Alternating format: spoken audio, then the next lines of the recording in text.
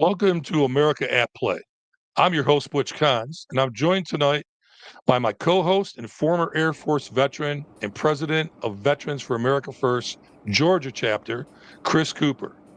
And our special guest tonight is veteran GOP candidate for Bridgeport, West Virginia City Council and president of the Veterans for America First West Virginia chapter, Joe Earley. Gentlemen, welcome. Good to be on board here. Okay. Absolutely. We're gonna start out here talking. We're gonna talk military and veterans issues, and they, as we know, both run together. We're gonna start out with something a little controversial right now. We're gonna start out with the Russian-Ukraine war. Joe, give me your insight on this. Well, as a veteran, I would tell you, even the veteran community is a little bit torn on this because we see it as warriors, and I go all the way back into the 80s and before the wall came down in the 90s. Okay, when it was completely down. I remember when Reagan stood on that wall and said, "Gorbachev, tear down this wall." And at that point in time, our enemy was the USSR. Our enemy was the Warsaw Pact. Our enemy was everything east of the Fulda Gap. Okay, Czechoslovakia, Yugoslavia, East Germany, and all the Baltic states. That was our enemy. Fast forward now, NATO has expanded well into the former USSR, and that's where the battle lines per se within the veteran community are drawn. We have I have discussions with comrades of mine, friends of mine that served in the military, and they're like, we need to go in there and we need to destroy Russia.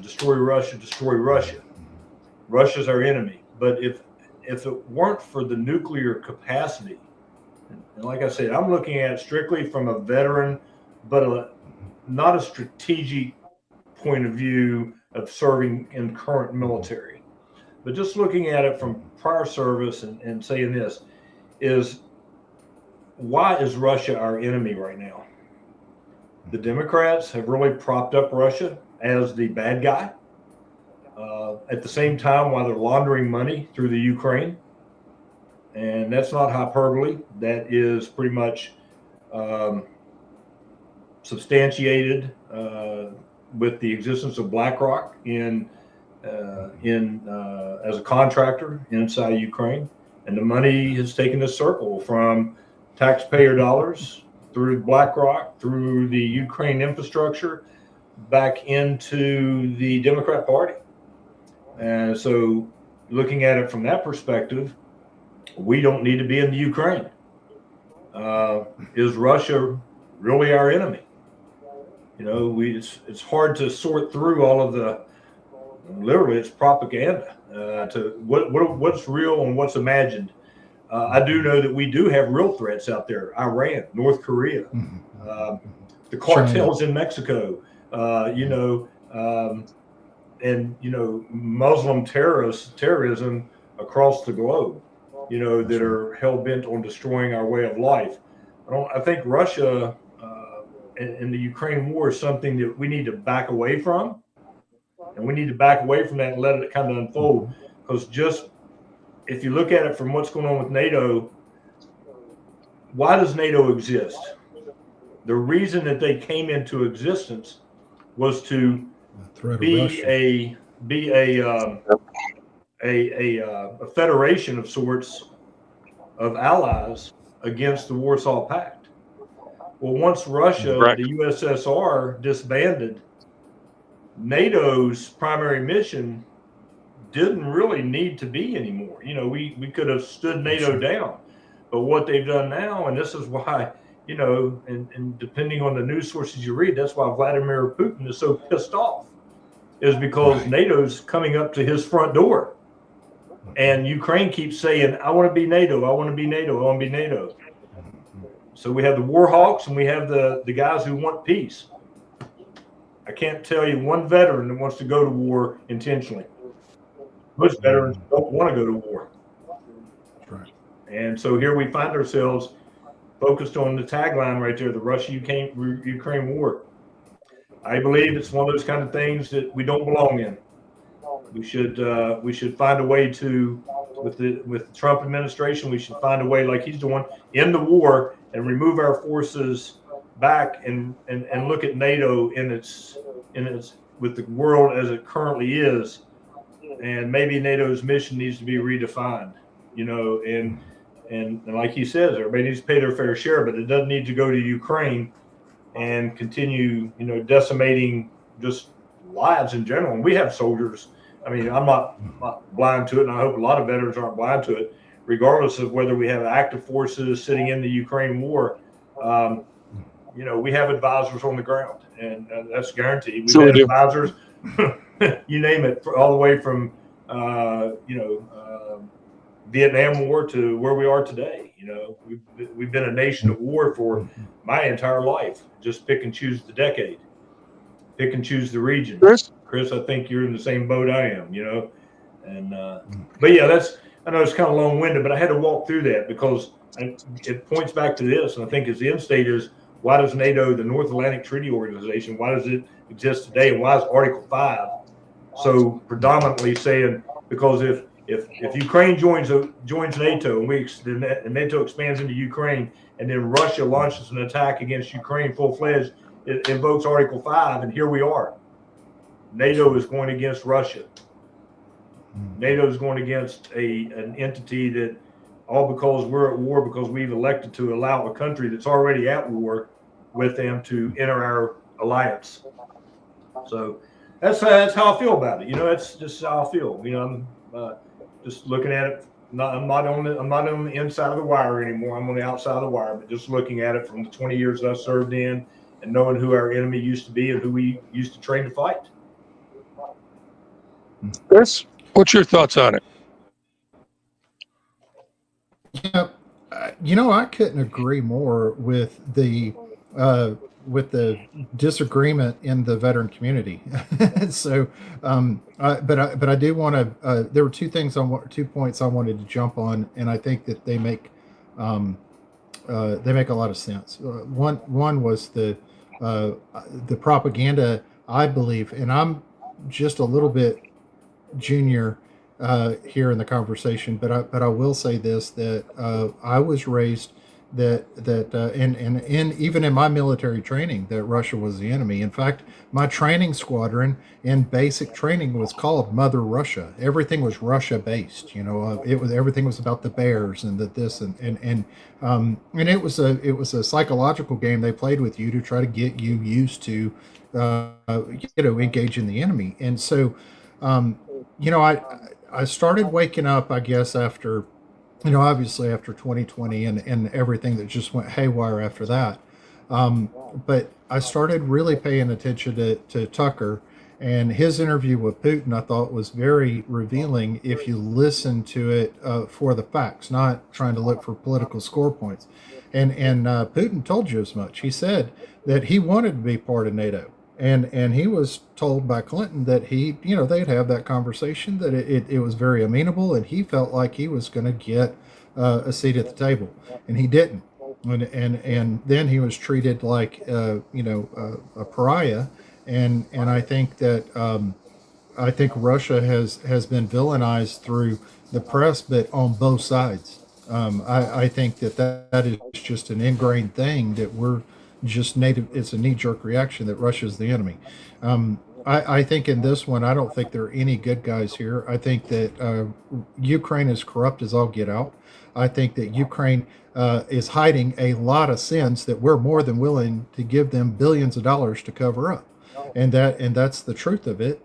And I think we're playing with under Biden administration, we're playing footsie, trying to keep Biden out of trouble, out of whatever they were covering up on the behalf of the Bidens, and let's go further, the Obamas and beyond, because it goes a lot further than just this one administration or this past administration. So anyway, that's the propaganda piece.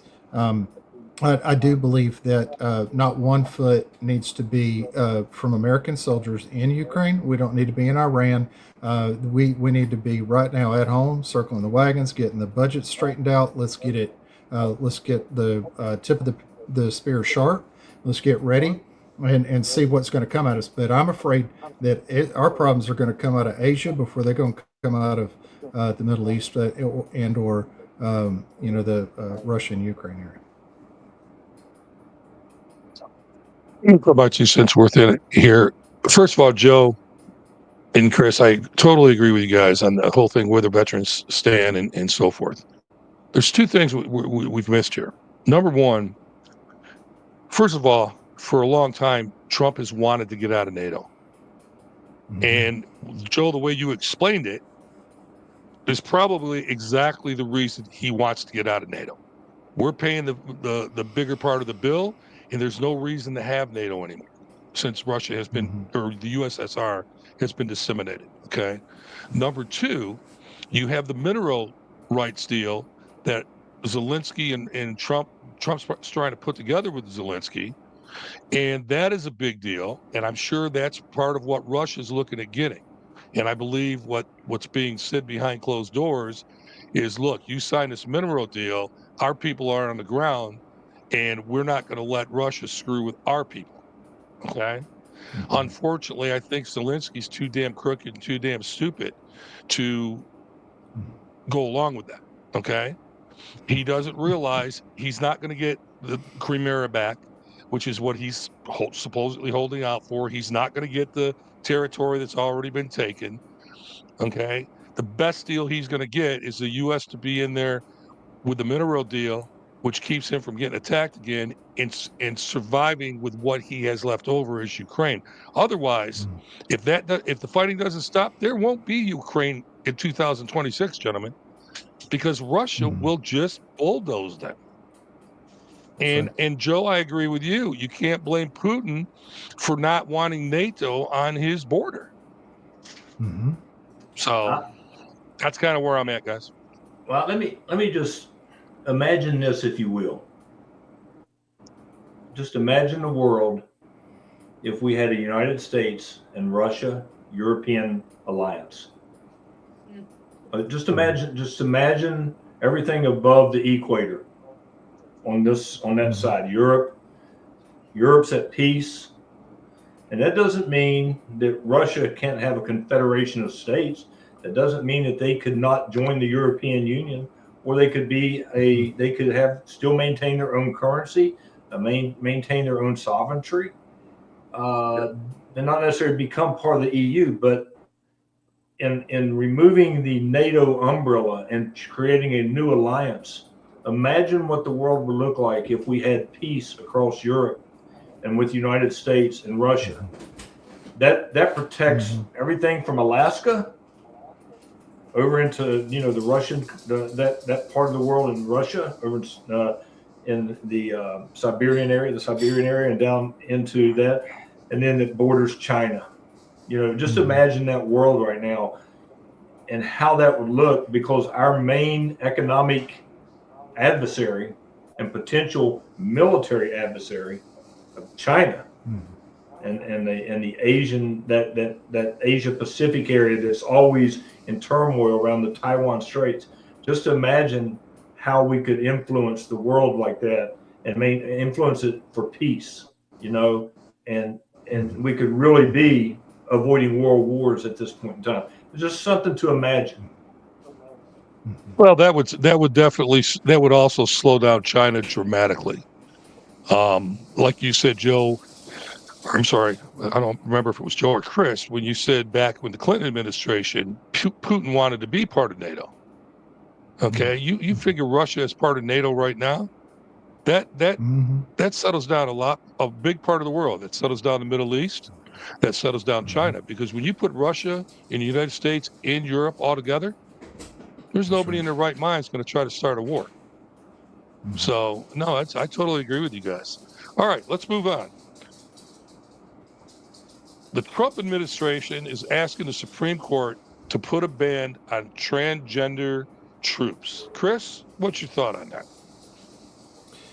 Yeah, so it makes perfect sense. It does. As being a veteran and you know, and a male, this is going to be out of vogue when I say this, but we're raised or conditioned to protect women. I mean, that is kind of like it's a duty. It's what God called us to do is to be a protector of the fairer sex. And so when you're looking at a gender confusion scenario, that really complicates things. But you're talking about women, that are not in combat roles, and that is, I know that is changing somewhat, especially with flight combat, that kind of thing. But traditionally, go stab a guy in the face type role is left to the male gender. When you fight next to your brother, and you literally would pick up right where they left off, and you are equally trained, and you're equally capable as far as humans go. I think whenever you start to change that genetically, and you start to modify that, and you have to have special concessions that are not necessarily yields itself to a battlefield type condition, then you don't belong there, and that's just the way I feel about it.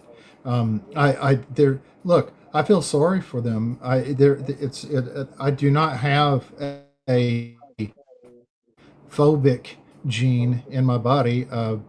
In fact, two drivers I had for Lyft on my last business trip were of that persuasion. It didn't bother me one bit. I got the job done. They got their job done. We move on. Transaction, financial, everything's done. But so I don't have a problem with that. I have a problem with the readiness of the troops, and the lack thereof if you have transgender troops in the middle of it. Chris, I'm going to ask you one question. I'm going to be a Democrat for a minute. You do it. Are you sure? Are you sure you're a man? Yes. Yes. I mean, that would be the first question they would ask, would they not? Well, I would. I'd say 5 minutes prior to this podcast, I definitely can verify that is the case. So we're good. We're good there. Joe, what's your thought on this? Well, I will tell you what, gentlemen, I'm old school, and I'm not going to sugarcoat this, but being a combat arms troop, the physiology of a male is not the physiology of a female. They don't have the necessary strength. Now, granted, you have females out there that are strong. Mm-hmm.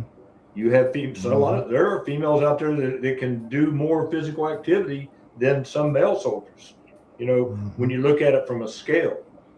But I go back to Chris's point, men are protectors. It's been that way since God created us. The male species of our race is a hunter-gatherer protector of the species. A species outside of the human race, if you look at, the animal kingdom, you don't have male and female confusion. You don't have gender confusion because it's natural origin, and it's by design. So for us to artificially create a different type of human is actually, a lot of the people from the medical community may disagree with me, because I'm going to look at it from a layman's perspective. I believe that it's contrary to the Hippocratic Oath of the medical profession of do no harm, to butcher a child.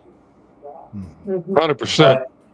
That should be a violation of their oath, because they're going against science.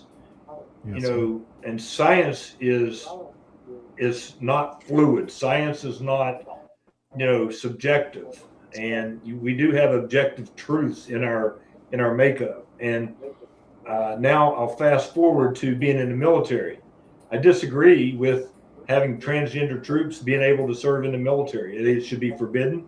It should have never been allowed. And I say this because the military is the one place where our society can come together and there is no race, religion, or sexual conflict. We all know each other because you are focused on the mission. And the mission is war fighting. The mission is the defense of America, the protection of our Constitution. And we should not be some social experiment. It happened with Bill Clinton with the don't ask, don't tell. And you know what? I don't care. Yeah. Hey, if a dude's gay, fine, be gay. That's up to you.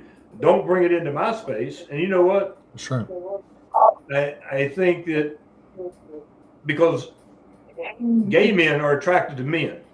I don't want to take a shower in my, where I have to worry about some gay man coming up and, sexually assaulting me or one of my troops. And because they are attracted to the same sex, period. Same thing with females. But you have to look at it from sexual assault perspective. If that occurred, then they could be charged under Uniform Code of Military Justice, as they should be. But at the same time, you're not going to have male and female showering in the same, because if you're heterosexual, you're attracted to the opposite sex. That's forbidden. You get in these co-ed environments, that's a hard lot. You better watch that, because then you can have a high probability of sexual assaults or sexual infractions and things like that. I saw it when I worked in certain units, where they had co-ed environments, that could have occurred, that it did occur, but it was mutually agreed upon, but it's still a violation. They're in a military environment. You shouldn't be doing that because you're on a military base, you're in a military housing or military barracks, and therefore you're not in your own private space, Right. Now look at the transgender troops. Transgender troops, before they become transgender, they don't know who they are. And then society, under a social experiment program, reinforced that in them to now they said, well, you can feel comfortable by not knowing who you are, and we'll tell you you can become a woman. And oh, by the way, you're born a male, but you can have a period, or you can have a baby. That's contrary to science, and society has went that way. And so what that lends to is a mental disorder, and it should be treated as such. Transgenderism is a mental disorder. Tell me what, Chris, would you go out to a restaurant where children are, as a heterosexual male, put on a leather strap, if you were into S&M, go out there and read to children and perform sexually in front of children? You know why you wouldn't do that? Because your ass would be in jail, brother. That's right. But we allow, our society wants to allow these transgenders out there to go play make believe, and want us to accommodate their belief system and say, well, yeah, I'm going to go out here and I'm going to dress and I'm going to perform sexually provocative in front of children with no fear of going to jail. And that's why our society is in a problem right now, because we need to really wake our ass up. They say that they're woke, but we really need to wake up, and we need to stand up and say, this is a mental illness. And if you look into the military, I do not want to serve with a transgender, because I cannot depend on their mental makeup to be a war fighter. That's right. And they also have special medical needs too. You take, and most of it, from what I have seen, and this is strictly anecdotal, from what I have seen and the research that I've done on open source, is most of your transgenders are males that pretend to be females. That's correct. And they're pretending to be females. They're acting like they're females. That's a problem. So then you say we want females in the military, and that's fine. That's good. If you can physically perform that job, and you can hump a rucksack, you can carry 120 millimeter ammunition and perform under the same standards as a male. Hey, come on board. Go for it. Yeah. Go for it. But I don't want a transgender there to act like they're a female when they're really a male, and then me have to address them and say, or I'm going to be the one that's in trouble to be part of their make believe world. I can't do that. It's like I said, the military. Back to my original point, should not be a social experiment. It's the one place where you can get true unity. Well, there's one. Go ahead, Chris. But I just want to say one thing. So you're exactly right. And when you sign the military, when you sign, you have to answer a questionnaire, and one of the questions are, have you been diagnosed with a mental disorder? Are you currently under drugs or alcohol? I mean, these are basic questions that are asked when you're enlisting, and by all accounts from the medical world, gender dysphoria is what transgender is, and it is a mental issue. It is a mental capacity, and that alone should ban somebody from being in the military, because you don't want a person with a mental problem carrying a weapon. Joe, you just said about them, LGBTQ and so forth, dressing up and showing sexual activity in front of kids. That is exactly what the Supreme Court just heard, I believe, yesterday or the day before.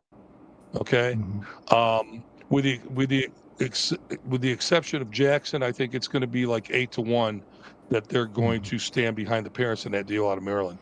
But the other thing is, it's an embarrassment to the country to have this going on. And a perfect example is the Undersecretary of Health under Biden, Admiral Levine. Perfect example. The guy tried to claim to be a woman the whole time he was in there. First of all, he's too damn ugly to be a woman. Secondly, he's an admiral. I mean, that's embarrassing. That's embarrassing to the country, guys. I'm sorry. And yeah, I'm old time school, and I would not want to be fighting next to somebody like that. I just wouldn't. So the real question is, and did anybody ever see Admiral Levine and Tim Walz in the same room? I'm asking for a friend. Hey, I want to up the ante on that one, and I want to go directly to war fighting. Okay, but that is a good question, Chris. It's a good question. So Butch, Chris, let me ask you this question: do you think that China and Iran and North Korea and let their soldiers play dress up and pretend that they're something they're not? No, they don't, because you know what they do? They're training their children how to handle firearms. They're training their youth how to assemble bombs, roadside bombs, and how to warfight in urban warfare. They're training their troops on how to kill Americans. Okay? And that's one thing that's what's weakened our military. And I will give kudos to the Secretary of Defense, Pete Hegseth. I think that he has went in there with a hammer, and he still needs to go in there and apply the hammer and the chisel. Okay. And he needs to carve all of that mess out of the military and refocus back on war fighting and protecting our country and our Constitution. Because I will tell you right now, yeah, we don't want to train America's youth on, how to, just butcher people, because Americans are, it's been proven through 2 world wars and the Revolutionary War, the Civil War, that we will die and we will pay the ultimate sacrifice for our country. We sign blank checks, and we will fight for our freedom. We'll fight for our liberty. So I'll never question that. We need to train our 5-year-olds how to start disassembling firearms. But a parent's responsibility is to not shield their children from the world at the same time and make believe that everything is great, when it's not. They need to, keep your head on a swivel. There are bad guys out there, but don't be a mistrusting individual. That's our culture. And we need to get our culture back to where our kids can walk down the street safely without being sexually assaulted. They racially assaulted, regardless of what race they are. They need to be protected in their schools, and we need to focus on protecting our children.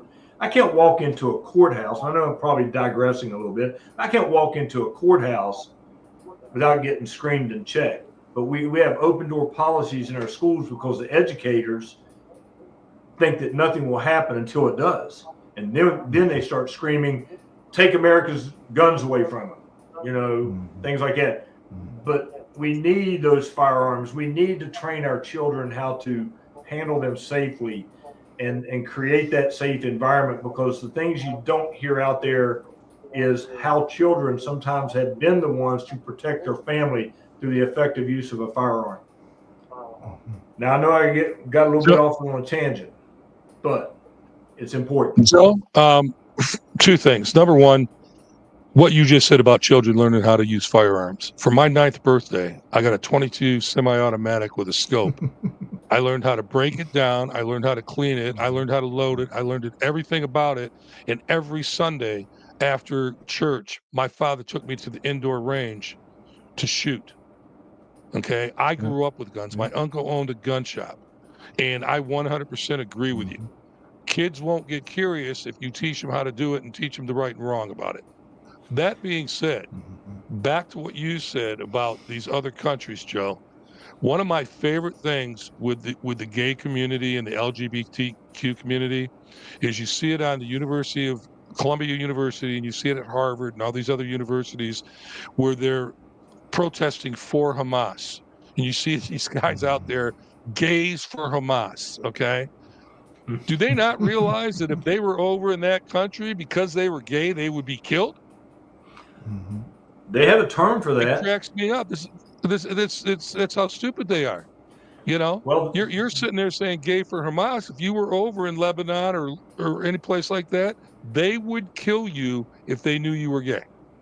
And they have a term for that. It's called useful idiots. Yeah, right. Yeah. Exactly. Yeah. So, but yeah. Okay. So we while you still have that banner up there on the banned transgender troops, let me say this right here, because we talk about guns. How many of gun crimes or school shootings have occurred, or multiple mass casualty events, that's 2 or more, dealing with firearms over the last 3 years? How many of them have been transgenders? Every single one of them has had a gender dysphoria or some sort of mental illness focused around the transgender community or the LGBTQ movement. Okay. But that's a fact. Look, that's not anecdotal. That's evidence in the media. They just don't want to talk about it. It got so bad that they didn't even want to release that one transgender that went into the Christian school I believe it was in Nashville, and went in and shot up that school. They didn't even release that the writings that transgender did, because they knew that it would be that was the problem. They know this is a mental illness, but the media is complicit in trying to hide this, and they're complicit with the propaganda. There was somebody, I can't remember what radio host it was or whatever, but they were being facetious, but there was a shooting, I can't remember where, within the last 6 months, let's say, and the guy said, do we know anything about the shooter? The guy on the radio, and the person, being a smart aleck but truthful, said, well, we have not heard anything about the shooter, so we know it's not a white male. Because if it was anything but a white male, we would have heard all about it.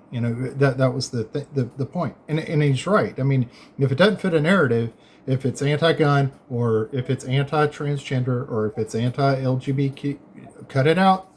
Don't report it. Don't talk about it. But if it fits our narrative, another white guy just shot up a supermarket. White supremacist. Absolutely, he was. Is what they want to hide behind. MAGA right supremacist. Yeah. Yep. All right, boys, let's go to the next one. What's going on inside the DOD with Pete Hegseth? I'm gonna start this one out. The media and the Democrats are still, pulling their same old crap, and they're grabbing on to the wrong issues. They're trying to make an issue where it doesn't exist. And quite frankly, Joe, you said it earlier, Hegseth has went in there with a hammer, and I believe the crap that's come out of the DOD It's very simple. It's the rhinos that have been in the DOD, including generals and so forth, that are pissed off because a guy at a lower rank who is not part of the establishment has went in and started making changes in the DOD. And I believe that the inside guys are the ones who are sabotaging them. That's my opinion. What do you think, Chris? Well, I think that well, first off, Pete, it was absolutely the right call. I think I was very early on that when we first started Butch. I said that you needed young blood, young leadership, somebody that's not have the anchor of the Pentagon around their neck, that they've been around and have preconceived political agenda notions with the military forces. It's a straight up troop readiness mindset. So I mean, Pete is coming out swinging out of his shoes. It's awesome seeing him take the hammer to it, and I think it's been the theme of the entire administration. Right, we're going to come in and hit everything with a hammer as hard as we can, and I'll tell you if you just look at any of the groups, whether it's DoD or EPA or Department of Transportation, we're starting to hear all these various stories come out, but just that little bit that Doge did very early on is they grabbed the turnip, they squeezed it, and they knew they're going to get above average juice out of it. But when they squeezed it, they did not expect the Noah biblical flood to come out of it, right? And so that's crap. The dog caught the bus. Now what do we do, right? And so I think they're going to keep playing their games. They're going to they don't have a good game right now. I'm afraid whenever they get caught up, it's going to be a doozy because they're going to come up with something that's going to be great. But right now we've got them on their heels because they have no game plan. And I think Chris, Mhm. Chris, you mean to tell me that the MS-13 gangbanger from Maryland, who's was here illegally, that trying to bring him back to the United States is not a good game plan? Well, they could never bring him back to the United States because right now he's going to be sent to Rome to enter the conclave. Because, I mean, we all know that he was a holy father out of Maryland, right? He could be the first American Pope. I mean, I'm all for it. Let's see how he fares in the conclave. Thank you, sorry, sweetheart. My wife just got me a ginger ale. Thank you, honey. No, I just Go on, think it's crazy. Joe, what's your thought on it, Joe? Well, I'm going to circle back to what Chris said, and might use the same words, might not, but the establishment Democrats, the deep state is in complete disarray because we have these folks coming in like Kash Patel, Pete Hegseth, Linda McMahon, that are coming in, and their role is to reimagine these agencies. Now, I'm going to talk about the FBI and ATF real quick. One thing that I thought was very interesting, before we go back over to the DOD, I'm going to say this when we talk about the establishment, is that for a time being there, Kash Patel, Director Patel, was also the director of the ATF. And I will tell you, one thing that I was on my message when I was running for Congress was the abolishment of the ATF. And I believe when they assigned Kash Patel as the director of the ATF while he is already confirmed as the director of the FBI, okay, that was the start of the ATF's abolishment at that point in time, to take their mission and disband them as an agency and put them under the Federal Bureau of Investigation. Okay, I still believe that that's going to occur. Now we'll go to talk about the DOD and the. But hold on, Joe. Hold on, Joe. Correct me if I'm wrong. A couple of weeks ago, did Kash Patel not resign as the head of ATF? Yeah, he did. He did. And there was a former, I believe, a former general officer may have been placed in that role. I'm not certain. I can look at it real quick here on the internet, but I'll just have to see who the head of the ATF is now. But that does not forego my belief that the ATF is going to be reimagined underneath of the FBI. I truly believe that they're I going hope you're to, right. because the Second Amendment has been under attack by our own government, by Right. that agency. No, I hope you're right. Yeah. So, but yeah, I'll pull that up in a minute. But so talking about the DoD, yeah. So when I was in from '82 to 2002, you always heard of the term perfume prince.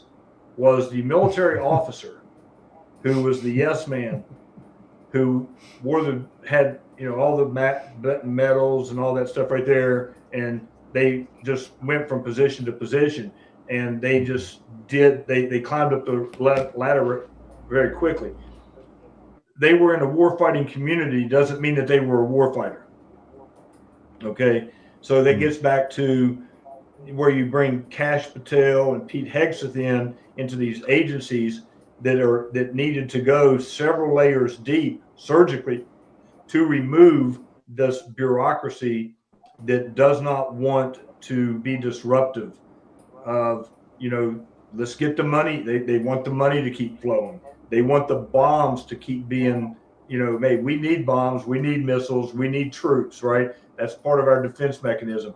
But we don't need to go somewhere and do regime change at the point of a barrel when it's not necessary. Because I believe that, and I said this earlier, war fighters don't really want to go to war, even though we train for war. We really don't want to have to go to war. Okay, because obviously you know what the outcome is going to be. You're either going to live or die, and if you live, you're going to, a lot of that, we're seeing it today. We have a lot of veterans committing suicide because of PTSD, the way that the pharmaceutical companies have inserted themselves into that community. Because I'm all about making sure that, because I work with veterans groups, to get away from the pharmaceutical cocktails, to go into like a homeopathic type care, into natural care, PTSD treatments, things like that. So that's kind of on an ancillary. But the thing is, though, Pete Hegseth has went in there and said, our new focus is what our old focus was. We're not a social experiment. We're going to focus on war fighting. We're going to focus on protecting America. And we're going to start, and I saw this, I didn't read the details of it, but to where the military is going to have command authority on the southern border against the cartels. The cartels are a designated terrorist organization now. That's right. And That's right. And so that pushes the military over to that to protect our borders. And a country, Ronald Reagan says, country without borders is not a country. Something to that effect. It's said we are a sovereign nation. We need to stay that way. And I like what Pete Hegseth is doing. But I'm just one of many old veterans that love Pete Hegseth and what he's doing for the military. He's young, energetic, and you're right, Chris. You said this is. I think he's up. There are a lot of people are upset that they didn't get promoted into that role by the president and confirmed. They brought in I believe that he was attained the rank of major, and he served his time in foreign lands, staring down the barrel of a gun. So he has the warfighting experience necessary to lead troops and lead military. I'll leave it right there. The one thing that I like about what Trump's doing is both of you kind of alluded to it, is he's bringing in people who aren't the establishment. He's bringing in people like Patel, like Hegseth, like Nome, like Bondi. I mean, go down the list. And Kennedy, for God's sakes, okay? He's bringing in people. A very good friend of mine that I've known for years is up for Undersecretary of Defense. He was Trump's last Undersecretary of Defense. His first time go around. His name is Tony Tata. You may or may not know him, guys. He has not went through Senate confirmation yet, but he's back up for it. And the one thing that got Tony in trouble the first time, and I'm sure it will this time too, it's very simple. Tony calls it the way it is. He doesn't pussyfoot around. He doesn't masquerade it. And one of the comments that got him in trouble the first time is he said that the Islamic Muslims were the biggest threat to world peace. That was back in 2000 and what would have been 2019 or 20. Okay. Mm-hmm. But it's the truth. And what people don't realize is that Donald Trump losing the election to Biden, whether it was stolen or not, which I believe it was personally, but whether it was or not, was the best thing that could have happened because he had 4 years to put his plan together. And now it may be the best plan that any president has ever put together, in my opinion, long term. So he did it. It's kind of where I'm at. He did an interview with Glenn Beck. I just watched this morning, and in that interview, he said he couldn't have done this as 45. He could only do this as 47, and he was like, and it's all based on lessons learned, what people to put in, how they're going to act, and then how do we counteract what they're going to act on, and so you're exactly right. He couldn't have done. He even said as much. Okay, guys, we're going to go on to the next subject because I want to go through this one quick because I want to give Joe the end to tell us about his council run. Absolutely. Very simple. Will we end up at war with Iran over nuclear weapons, or do we give in and allow them to have nuclear weapons? Joe, lead us off. We got to make it quick. Hell no. They do not get nuclear weapons.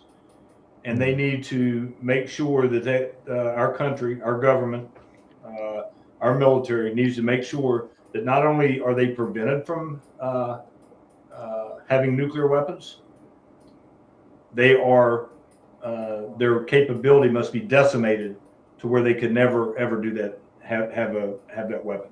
But if they have that weapon, our world will change forever. Mm-hmm. Yeah. Chris? I 100% agree. I think that under no circumstances can they have a weapon, right? And I don't think that says jump to war. We're all in agreement there. But I do think that there are extreme ends, and I think everything in between is negotiable. I'm going to go a little bit farther. I think when you're dealing with Iran, you're not dealing with rational people. You're not going to negotiate because they're just going to lie to your face anyway. There's a history of that. Okay, they have never not lied to the person across the table's face ever. Okay, I believe we give all the weapons we can to Israel. We take our foot off Israel's neck, and we let Israel go, and Iran will never have a nuclear bomb. And that's kind of the way I feel about it. It's the way I think it's a cleaner way to play it over there. As long as you don't have a massive pile-on of folks that want to go try to get after Israel for doing something on its own, and then that puts us in the middle of it, and trying to defend on Israel.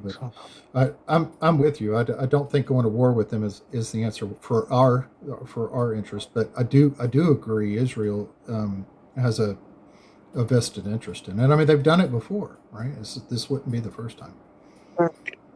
Well, and Israel has the capability to get the job done. I don't think they'll. You're going to have to. You always got to worry about Syria, but you're not going to see Jordan or the UAE or Saudi Arabia or any of them. They're not going to jump in. They're not. So I mean, because they all hate Iran. They know how dangerous Iran is. So I think the answer is load up Israel and take your foot off their neck and let them rip. Feed them the intelligence, whatever it is they need. That's kind of where I'm at, guys. All right. The last thing, and we're going to wrap it up here, guys. Joe Earley is running for Bridgeport City Council in West Virginia. Joe, the floor is yours, my friend. Well, I appreciate that. And one thing I will tell you, these local races, once you get down around outside the county, below the county level, they're all nonpartisan. So, we have to take a little bit of different stance with that. So, but the same thing, the theme is I'm not changing my belief system in just order to get elected. But, I'm taking my belief system and transitioning it into priorities at the local community level. And local elections matter because, we always say that, what's happened to our country? I don't recognize it. The reason why we don't recognize it because we forgot to pay attention to the local elections.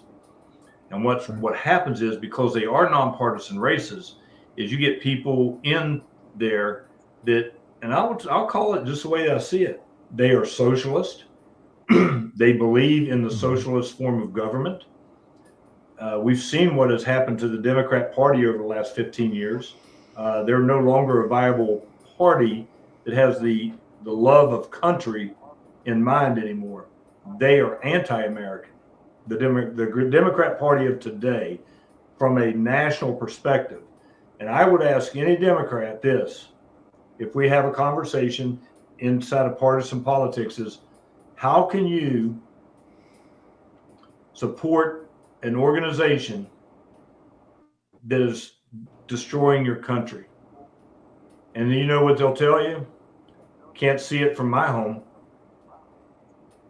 Because in West Virginia, we don't have it. Can't see it from my home. So it's not real. Even though Seattle was on fire, Baltimore was on fire, Chicago was on fire, Missouri was on fire, and Minnesota, all these things that when our country was on fire, they were silent. They were complicit. So what can I do for city council? Local elections matter. My priorities are economic development, community improvement. Oh, you're breaking up a little bit. There you go. Can you hear me okay? You're breaking up a little bit. You're good. Okay. Yep. So economic development, community improvement, municipal revenue, the effective use of municipal revenue. We have to be fiscally responsible at the community level. Bridgeport's in a good place, when it comes down to revenues. But, that revenue is not from capital because government, as we know, doesn't produce a thing. Municipal government provides for its citizens, and that revenue is there for that, and it cannot be wasted. So I'm all about promoting, Bridgeport as a business-friendly location, safe for families. So it's an economically viable location to come to West Virginia. And when we look at the community improvement side of it, we want to make sure that our community is well structured. And like I said, most communities across America, they can't grow out anymore. All they can do is grow up, right? So we have to make sure that economic structure is there that allows them to bring in businesses, and we can bring and elevate the communities, elevate it up. So that's why I'm running for council. There is one open seat and 2 running for re-election. So there's 6 people running for 3 seats. I'm looking pretty good, but I'm not going to get overconfident. I'm out there. I'm working like I'm in last place. I'm getting ready to go up to the American Legion tonight, and we're going to strategize a little bit and look at what we're going to do over the next 50 days. So it's a fight just like anything else, but we have to run. I'm running like I'm in last place, and I'm running also too because I feel like I bring a lot to the table as a cybersecurity person, not engineer, that I can bring that intelligent thought processes to city government, because in my world, the city governments are where the primary attack vectors are for cybersecurity. My city's already been attacked once. My county's been attacked. Our county school board's been attacked. So through the cybersecurity part. Now, granted, but there was I have financial acumen. I have a business. I run a business, so I understand what it's like to balance a checkbook. And I understand what it's like. And, they always tell you the reason we have a problem in Congress is the same reason we have a problem at the municipal area. We have people who spend other people's money on other people. So you have a third-party payer system, and that's why the revenue is not managed very well. That's why they're not fiscally responsible. So that's what I'm working on. Good. Joe, I'm glad to hear it. Anything we can do to help? Well, you can promote my website, my Facebook. I'll drop in. My website is Earley. It's EARLEY. Number 4, bcc.com, and you can go to my priorities page on there. If I know that I may not be in people's viewing area, I may not be running for their viewing area or something like that, but I could still, if you want to see the uplifting of Bridgeport as like I said, local elections matter. If you can't help your community, you can help mine by donating to my campaign. But you can go straight and do that from my website. You can check me out on Facebook. Like I said, I'm running like I'm in last place. So I can use everyone's help. Awesome. I hope you win this thing, and anything we can do to help, we will help you. I appreciate it. Okay. And I'm looking forward to, if I can close up one thing, I'll be reaching out to Teddy Daniels here pretty soon. We're going to invite Teddy to West Virginia. And I want to use this moment here to say, have our audience look at Warriors Rock. Okay? Warriors Rock. Look at them. They're a special organization that uplifts veterans, the veteran community, and have them look at that. And they're coming to Clarksburg. They come to Clarksburg every year in Harrison County. I'm going to actually invite Teddy. I haven't talked to him yet. He might see this for the first time on this, but I'm going to be reaching out to Teddy. And him being a Medal of Honor, I'm sorry, not a Medal of Purple Heart. I said Medal of Honor. My mistake. Military Order of the Purple Heart. Be very specific. Military Order of Purple Heart. Have Teddy come up here as that and work with James McCormick, who is a 2-time awardee of the Purple Heart. They both served in the same dirt, and we're going to ask them to come up here and then interview with Warriors Rock and here in Clarksburg and help uplift the veteran community here in West Virginia. That's awesome. Awesome. I'm sure he'll do it too. Yeah, I'm sure he'll do it too. He got to fit into his schedule. Okay, gentlemen, we have to bring the show to an end. I want to thank both of you for sharing your views with our followers, and I hope you'll come on the show again. In the meantime, if you live in Bridgeport, West Virginia, be sure to cast your vote for Joe Earley for City Council. Farewell until next time, and we're out of here, guys.